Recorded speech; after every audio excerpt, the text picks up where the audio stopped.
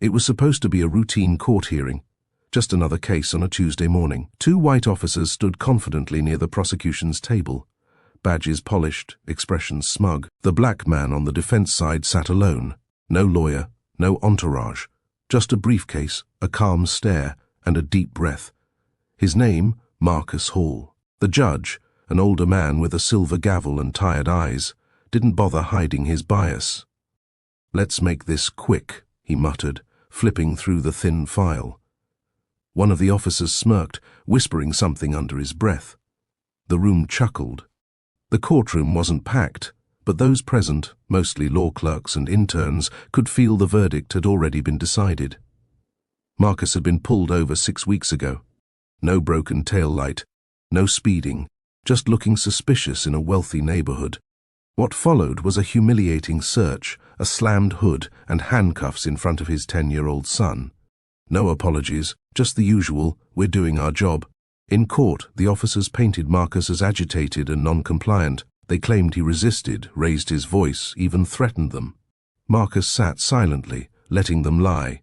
He didn't object, didn't flinch, just waited. Then the judge leaned forward and said, "Mr. Hall, unless you have anything relevant to add, I'm ready to rule." That's when Marcus stood. He didn't shout, he didn't plead. He simply reached into his case file, pulled out a small black leather badge holder, and calmly said, "Your Honor, before you rule, you might want to know who I am." The courtroom fell completely silent.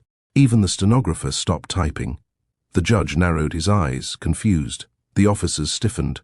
Marcus opened the holder, and everything changed in that instant.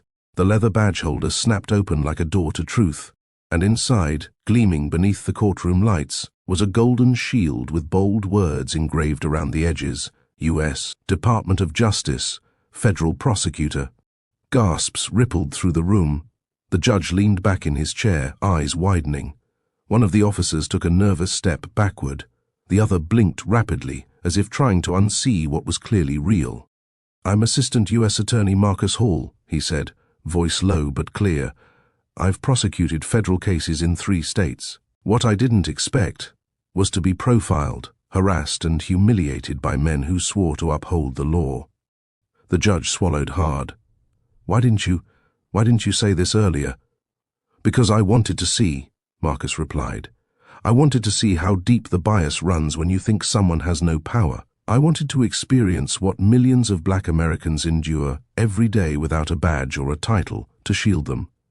The courtroom was paralyzed.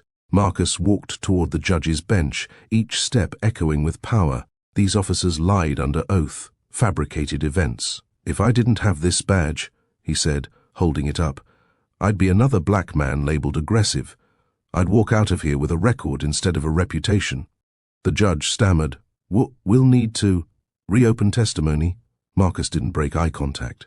"No, Your Honor, you need to open your eyes." One of the officers finally spoke up, trembling. "We didn't know who he was." Marcus turned. "That's the problem. You shouldn't have to know who someone is to treat them like a human being." And just like that, the balance of power in the courtroom shifted. Judge Merriweather stared down at the courtroom like a man who'd just realized his house was built on sand. The murmurs in the gallery were getting louder, reporters scribbling, camera phones discreetly raised. His gavel slammed down. "Order! This court will have order!" But there was no controlling the atmosphere now. The narrative had flipped, and the crowd knew it. The judge looked at Marcus Hall again, this time not with doubt or authority, but with something closer to shame. "Mr. Hall," he began, voice tight, "it appears we were not given all the facts." Marcus didn't blink. "No, Your Honor. You were given all the facts. What you weren't given was the truth behind your assumptions." The two officers shifted uncomfortably in their seats. They had walked into the courtroom smug, convinced the case would be dismissed with a slap on Marcus's wrist. Now their own freedom seemed like a coin tossed in the air. Judge Merriweather looked at the defense attorney, who had earlier mocked Marcus for representing himself. "Counselor, do you have any explanation for your client's contradictory statements on the dashcam footage?" The lawyer paled. We were told it was a simple resisting arrest case." Marcus pulled a USB drive from his pocket. "Your Honor, I have unedited footage, timestamps and transcripts of their radios. They falsified reports and turned off their body cams at the moment I identified myself. That's a federal offense. The judge exhaled slowly. The mask of impartiality was cracking. I'll be referring this to Internal Affairs, he said carefully, and possibly the U.S. Attorney's Office. Your office, Mr. Hall? Marcus raised an eyebrow. You mean my former office? After today, I think I'll be opening a new chapter. A ripple of applause dared to break out in the back row, and the judge didn't stop it. The tension in the courtroom was now electric. Everyone could feel it. Something historic was unfolding. What began as a routine hearing for resisting arrest had transformed into a full-blown reckoning. The two officers, suddenly pale and silent, glanced at each other. Gone was their arrogance. Gone were their smug smirks. They were no longer in control. They were now the ones being judged, not just by the court, but by the eyes of the nation. Marcus stepped forward, placing the USB drive on the evidence table. This contains a copy of the officers' radio chatter. You'll hear one of them say, "He's just another loud black guy. He thinks quoting law will save him." Gasps rippled through the gallery. Judge Merriweather looked visibly disturbed. I will recess for 30 minutes to review this footage. Bailiff, please escort the defendants to holding. The officers protested. Wait, this is ridiculous. We didn't do anything wrong. But it was too late. The courtroom doors opened and two new officers stepped in, Internal Affairs. The energy shifted again. What had once been a humiliating trap for Marcus had turned into a mirror reflecting an entire system's rot. Outside the courthouse, news had already spread. Reporters were broadcasting live. Protesters who once carried signs demanding justice for Marcus were now shouting for full investigations into the department. Some people were crying. Others simply stood in awe, watching a black man, calm, brilliant, and unshaken, turn a rigged system on its head. Inside, Marcus sat back down, adjusting his tie. His expression was unreadable. He wasn't smiling. He didn't need to. His truth was louder than any cheer, and the world was finally listening. 30 minutes passed, but the courtroom felt frozen in time. When Judge Merriweather returned, he looked like a man who'd seen something he couldn't unsee. His hands trembled slightly as he placed his glasses on the bench, his voice uncharacteristically low. "I have reviewed the footage and radio logs," he said, pausing to gather himself. "What I witnessed was not a case of resisting arrest, but a blatant abuse of power, a profiling incident, a civil rights violation." A hush fell over the room. Even the reporters stopped typing. Judge Merriweather continued, his voice firmer now. Mr. Marcus Hale was not only unlawfully detained, he was mocked for his skin, threatened for knowing the law, and denied basic respect as a citizen, let alone as a U.S. attorney. The two white officers sat rigid, eyes wide, jaws tight. In light of this evidence, the judge declared, "I am not only dropping all charges against Mr. Hale, I am formally recommending that both officers be suspended pending criminal investigation." Gasps erupted again, but now they were louder, some of relief, others of disbelief. Judge Merriweather turned to Marcus. "Mr. Hale, as a member of the bar and a federal officer of the court, you have shown restraint, professionalism, and remarkable courage under pressure. This court owes you an apology." Marcus nodded once, not gloating, just dignified. The judge then looked at the gallery. "Let this be a message to every officer, every court, and every citizen. The law protects us all, or it protects none of us." The room rose in a standing ovation. Cameras flashed. Marcus didn't raise his fist or pound his chest. He simply turned, picked up his briefcase, and walked out, while the entire country watched. Because sometimes, justice doesn't shout. It just stands tall. By the time Marcus exited the courthouse, the world outside had changed. A sea of reporters surged forward. Microphones were shoved in his direction. "Mr. Hale, what message do you have for the country?" someone shouted. "Will you sue the police department?" yelled another. But Marcus didn't flinch. His calm presence only intensified the frenzy. Social media had already exploded. Clips from the courtroom, especially the moment he revealed his identity, were going viral. The hashtag attorney while black trended globally within minutes. One tweet read, "Greater than a black man was profiled and humiliated until he dropped the truth like a gavel. U.S. Attorney Marcus Hale, you're a hero." Even celebrities and lawmakers began chiming in. Congresswoman Torres tweeted, Greater than if Marcus Hale can be treated like this, imagine what happens to those without his title. We need reform. Now. But it wasn't just about the moment, it was about what it revealed. Commentators on every news network were dissecting the footage, pausing frames to highlight how Marcus was disrespected, handcuffed, and ignored, all because of how he looked, not who he was. One anchor said, "He didn't just win a case, he exposed an entire system's rot in real time." Meanwhile, the two officers were placed on immediate leave, pending an internal affairs investigation. Their faces were splashed across every major media outlet, their actions under public scrutiny like never before. The police chief held a press conference, visibly shaken. "We're taking this matter seriously. There will be consequences." But Marcus didn't react with vengeance. Instead, he gave a short statement, "Greater than this isn't about me. It's about every person who doesn't get to reveal a badge, a title, or credentials. I had the law. They only had their word." And with that, he walked away, silently sparking a revolution. As Marcus returned home that evening, his phone buzzed non-stop, calls from federal agencies, friends, distant relatives, journalists, even celebrities. But among them was one number he didn't expect, the U.S. Attorney General's office.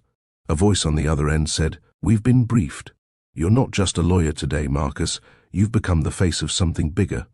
Within 24 hours, protests erupted in multiple cities.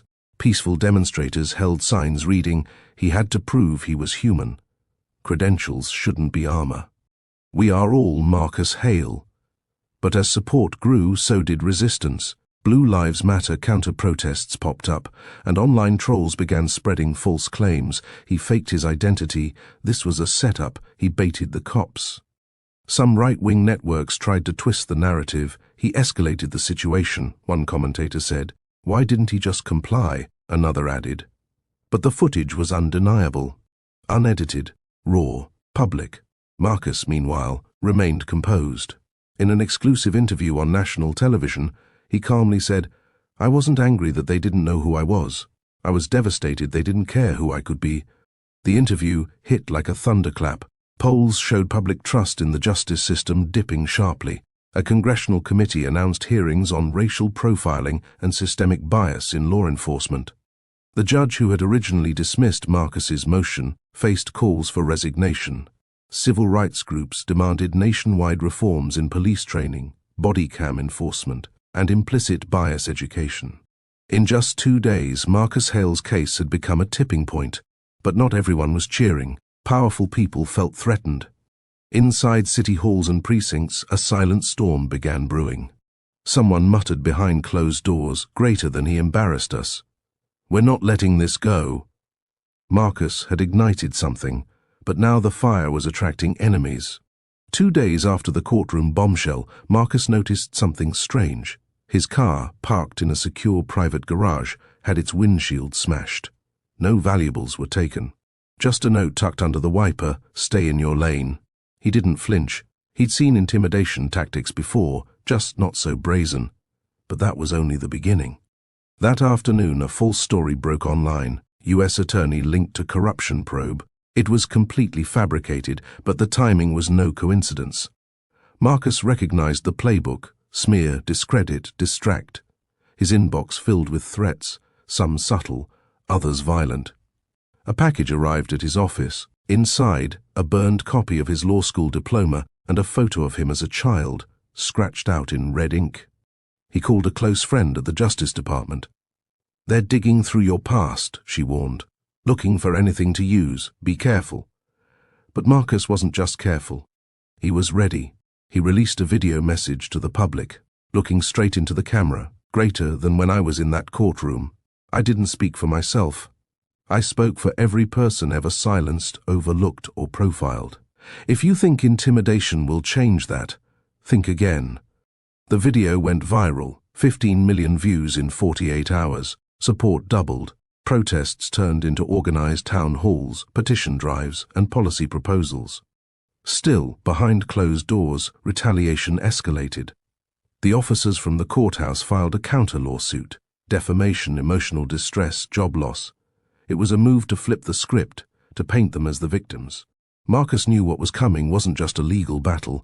It was war, a systemic defense of a system desperate to survive, but he'd already chosen his side. And this time, he wasn't fighting alone. 3 weeks later, the courtroom was packed again, but this time the roles had flipped. The officers who once stood smugly as accusers were now the defendants in a federal civil rights case. Cameras lined the walls. Protesters waited outside. Every eye was on Marcus. But Marcus wasn't just here to win, he was here to reveal. During the deposition, the officer's attorney tried to paint them as victims of a public smear campaign. They lost their jobs, their families faced threats, all because your client made them look like racists. Marcus leaned forward, calm, measured. "Let's talk about facts," he said. He clicked a remote. The screen behind him lit up, bodycam footage, not from the original incident, but from 5 separate encounters with black drivers. Each one eerily similar, unjustified stops, aggressive tone, questionable searches. Gasps echoed in the courtroom. "These are not isolated incidents," Marcus said. "This is a pattern, a culture." Then came the documents, internal affairs complaints, buried for years, witness testimonies from former officers who quit the force in protest, emails, casual jokes about race shared on department servers. The defense scrambled, visibly shaken. One of the officers slumped forward, head in his hands. But Marcus wasn't finished. He turned to the judge. "We are not just arguing against individuals. We're arguing against a system that enabled, protected, and rewarded them." The courtroom fell silent. Even the judge, who once sided with the officers, looked down, expressionless but pale. That moment changed everything. Public perception flipped once more. Media outlets that had stayed neutral now published exposés. Civil rights groups filed amicus briefs. Congress members called for an inquiry. Marcus had done more than defend himself. He'd exposed the cracks in a foundation they swore was unbreakable, and he still had one final move left. The courtroom was packed tighter than ever. Not a single seat was empty. Reporters stood shoulder to shoulder. The nation was watching. Marcus stood, calm and collected in his navy blue suit. His voice had become the voice of a movement, but today it was justice that would speak. The judge entered, face stoic but weary. "All rise." Everyone stood. "The jury has reached a verdict," the bailiff announced. The room held its breath. The foreman stood, hands shaking slightly. "In the matter of Marcus J. Carter versus officers Blake, Reynolds, and Simmons, we find in favor of the plaintiff." Whispers exploded across the courtroom. But it wasn't just a verdict. The judge raised her gavel. "In addition to damages awarded to Mr. Carter, this court recommends that the U.S. Department of Justice initiate a federal investigation into the Metro Police Department for patterns of racial misconduct and civil rights violations." The gavel came down with finality. Boom! Cheers erupted. Some wept. Reporters rushed outside, already dialing into news stations. Marcus turned to his mother, seated in the front row. Her eyes brimmed with tears. He reached over and held her hand. But there was still one more step. As he stepped outside into the flashing cameras and roaring chants of justice for Marcus, he held up a folded sheet of paper. "I'm submitting this today," he said into the microphones. "My resignation as U.S. Attorney for the District of Columbia." Gasps. "I'm running for State Attorney General, because justice doesn't stop here. It starts here." The crowd exploded. That single moment went viral across every platform. A man wrongfully detained and humiliated, now rising to reshape the very system that tried to break him. And America, for once, watched a story that didn't end with silence, but with a beginning written by the one they tried to silence. Marcus J. Carter,